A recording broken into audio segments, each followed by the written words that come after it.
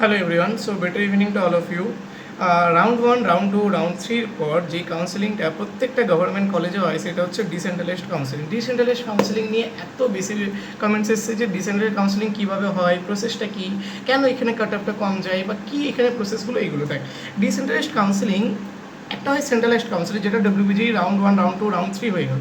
Decentralised counselling কি প্রত্যেকটা government college নিজে থেকে এই কাউন্সিলিংটা করে, আর এটা একটা লাইভ কাউন্সিলিং, একটা ফিজিক্যাল কাউন্সিলিং হয়। কীভাবে হয় ওটা আমি নিয়ে বলছি, আগে ডিসেন্ট্রালাইজড কাউন্সিলিংটা একবার শুনে নিই। প্রত্যেকটা গভর্নমেন্ট কলেজ করে, যে যতগুলো গভর্নমেন্ট কলেজ প্রত্যেকটা গভর্নমেন্ট কলেজেই হয়। এই যে রাউন্ড থ্রির পর তোদের ফাইনাল অ্যাডমিশন হয়, ফাইনাল অ্যাডমিশনের সময়ও অনেকে অ্যাপিয়ার করে না, কারণ তারা জানে যে আমি তো আলটিমেটলি এনআইটি আইআইটিতে যাবো, কিংবা হতে পারে অন্য কোনো গভর্নমেন্ট কলেজে যাবো, কিংবা হতে পারে অন্য কোনো স্টেট গভর্নমেন্ট কলেজে যাচ্ছে। তো তারা কী করে রাউন্ড ওয়ান, রাউন্ড থ্রিতে তো প্রভিশনাল অ্যাডমিশন তো করিয়ে নেয়, কিন্তু ফাইনাল অ্যাডমিশন করায় না। ফলে ওই সিটগুলো কী হয়, ভ্যাকেন্ট থেকে যায়। এবার ওই যে সিটগুলো যে ভ্যাকেন্ট থেকে গেছে, ওই সিটগুলো নিয়ে একটা কাউন্সিলিং প্রসেস করানো হয়, ডিসেন্ট্রালাইজড কাউন্সিলিং, যেখানে সবাই পার্টিসিপেট করতে পারে। এরকম কোনো এলিজিবিলিটি ক্রাইটেরিয়া নেই যে তোর round one, round two, round থ্রিতে সিট থাকলে তুই পার্টিসিপেট করতে পারে না, এরকম কিছু নেই, যে কেউ পার্টিসিপেট করতে পারে।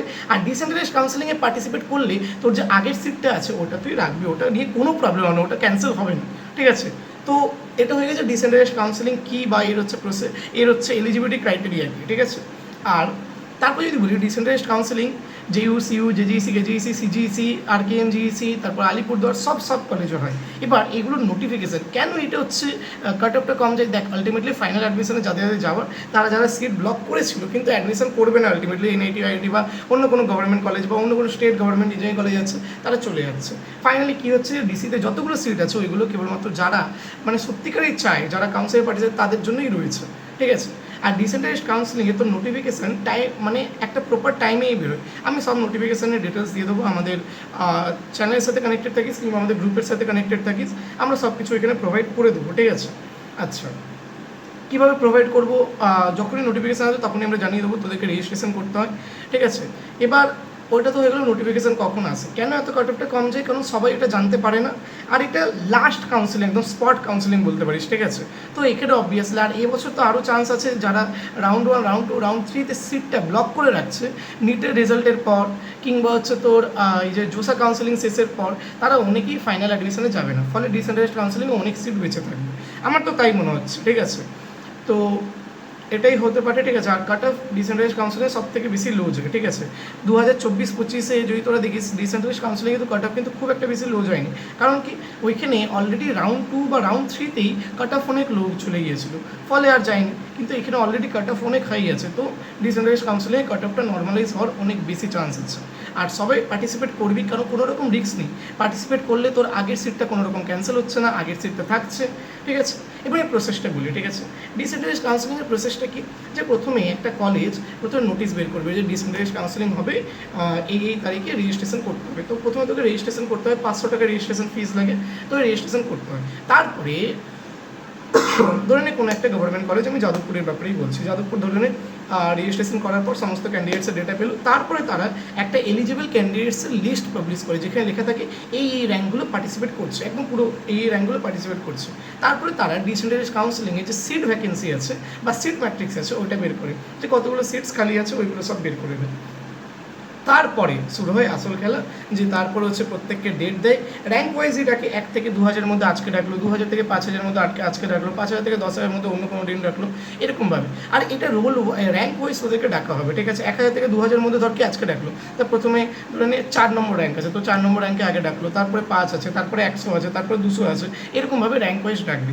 র্যাঙ্ক ওয়াইজ ডাকার পর প্রথম ওইখানে তোকে একদম পুরো দেখ দুটো, একটা হচ্ছে তোর ওয়েটিং রুম থাকবে, আরেকটা তোর হচ্ছে পুরো ডিসেন্ট্রালাইজড কাউন্সিলিংয়ের যে রুমটা ওইটা থাকবে। প্রথমে ওয়েটিং রুমে তোদের ওয়েট করতে হবে, দেন ওইখানে তোদের একটা ডিসপ্লেতে শো করবে, ঠিক আছে, যে কতগুলো সিটস হচ্ছে, কারণ যারা হচ্ছে ডিসেন্ট্রালাইজড কাউন্সিলিং রুমে যাচ্ছে তারা তো কোনো না কোনো সিট তো চুজ করছে, তা ওই অনুযায়ী লাইভ ওইখানে তোকে দেখাবে। ধরে নে আগে সিএসসিতে 12টা সিট টোটাল খালি ছিল, অলদো এত সিট খালি, আমি জাস্ট বলছি, ধরে নে 12টা সিট টোটাল খালি ছিল। এবার ধরে নে 4 নম্বর র্যাঙ্কে ডাকলো, সে সিএসসি নিয়ে নিল, তা তোকে লাইভ দেখাবে যে 11টা সিট এখন খালি আছে, এরকমভাবে পুরো লাইভ তোকে ওইখানে সিট ম্যাট্রিক্সগুলো লাইভ কাউন্টডাউন দেখাবে, ঠিক আছে।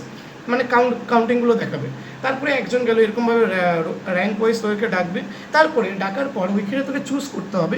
ওইখানে পুরোপুরি ডিসপ্লেতে দেখানো হবে যে এত সিট থাকবে, দুটো রুমেই কিন্তু ডিসপ্লেটা শো হবে, এত এই সিটগুলো আছে। এবার তোর যদি কোনো সিটটা পছন্দ হয় তুই ওইখানে লক করে বা ওই সিটটা চুজ করে তোর ফাইনাল অ্যাডমিশন উইদিনই করিয়ে নিতে পারিস।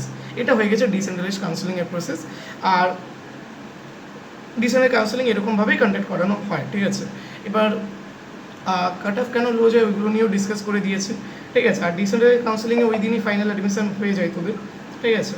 আর ডিসেন্ট্রালাইজড কাউন্সেলিংটা একটা ফিজিক্যাল কাউন্সেলিং, একটা লাইভ কাউন্সেলিং বলতে পারিস, যেখানে গিয়ে তোকে অন দ্য স্পট ডিসিশন নিতে হয়, ঠিক আছে, যে এই সিটগুলো। এবার যদি কারো যদি পছন্দ না হয় ওই সিটগুলোর মধ্যে ধরে নে কারো পছন্দ হচ্ছে না, যেই সিটটা আছে সেটাই তোর কাছে মনে হচ্ছে বেটার আছে, তাহলে তুই সিম্পলি ওইখান থেকে এক্সিট করে যেতে পারিস, কোনো রকম প্রবলেম নেই, ঠিক আছে। আশা করছি বুঝতে পেরেছিস। ব্যাস এটাই তোর হোল প্রসেস একদম ডিসেন্ট্রালাইজড কাউন্সেলিংয়ের। আর আমাদের চ্যানেলের সাথে কানেক্টেড থাকিস, গ্রুপের লিঙ্ক ফিঙ্ক সব দেওয়া আছে, ওইখানে জয়েন হয়ে যাচ্ছে। অলরেডি গ্রুপটা ফুল আছে, দেখছি আমরা টেলিগ্রাম গ্রুপটা বানাতে পারি কিনা, কারণ ওইখানে আমরা সমস্ত নোটিফিকেশন যখনই আসবে আমি আপডেট দিয়ে দেবো, ঠিক আছে। ইউটিউবে ভিডিও চলে আসবে যখনই ডিসেন্ট্রালাইজড কাউন্সেলিং প্রসেস স্টার্ট হবে, ঠিক আছে। আর সবাই পার্টিসিপেট করিস, ঠিক আছে। পার্টিসিপেট করলে একটা চান্স থাকবে যে বেটার ব্রাঞ্চ পাওয়ার। আবার এটা কেউ বলিস না যে দাদা তুমি তো আগে থেকে বলে দিচ্ছ অনেকেই, না দেখ যাদের এনআইটি আইআইটি যাওয়ার কথা তারা ফাইনাল অ্যাডমিশনে তো আসবে না অ্যাটলিস্ট, ঠিক আছে। তো ওইখান থেকে হয়তো সিটগুলো খালি হবে, ঠিক আছে। এবার যারা সত্যিকার ডব্লিউবিজি এর উপরই ফোকাস করেছিলিস তাদের জন্য একটু রিল্যাক্সেশন আসবে, এটাই আমি বলতে পারি। এবার কাট অফ কতটা লো যাবে ওটা নিয়ে এখন সিওরলি বলা যাচ্ছে না, ওটা রাউন্ড 2 এর ক্লোজিং র্যাঙ্ক বেরোলে তারপরে বলা যাবে। থ্যাংকস টু অল, দেখা হচ্ছে অন্য কোনো ভিডিও। Tata, by.